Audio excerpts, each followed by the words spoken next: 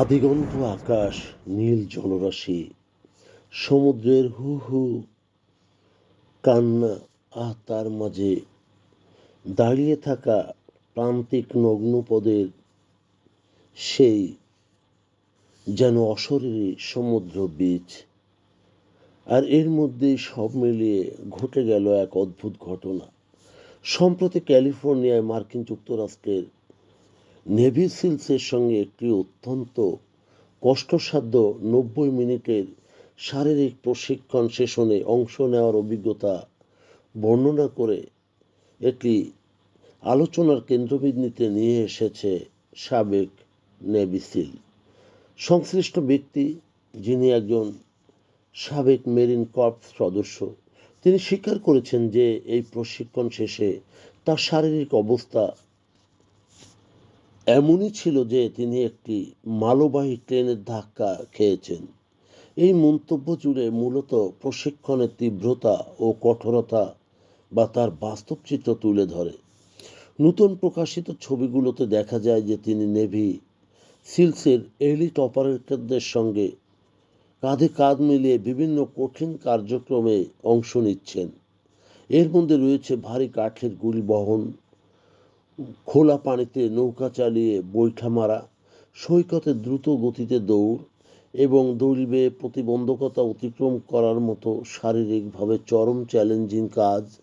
এসব অনুশীলন সাধারণত বিশেষ বাহিনীর সদস্যদের মানসিক দৃঢ়তা, দলগত সমন্বয় এবং শারীরিক সক্ষমতা যাচাই ও উন্নয়নের জন্য ব্যবহৃত হয়।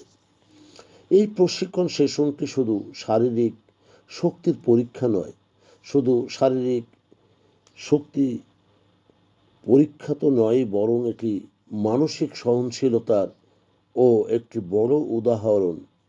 নেভি সিলসদের প্রশিক্ষণ বিশ্বজুড়ে পরিচিত তাদের কঠোরতা ও শৃঙ্খলার জন্যে।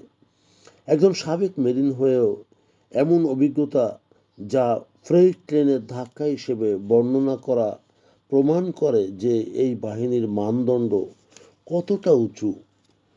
আলোচনার দিক থেকে দেখলে এই ধরনের প্রশিক্ষণে অংশগ্রহণে জনসমক্ষে সামরিক বাহিনীর বাস্তব জীবনের ও কঠোর পরিশ্রমের একটি স্বচ্ছ চিত্র তুলে ধরে।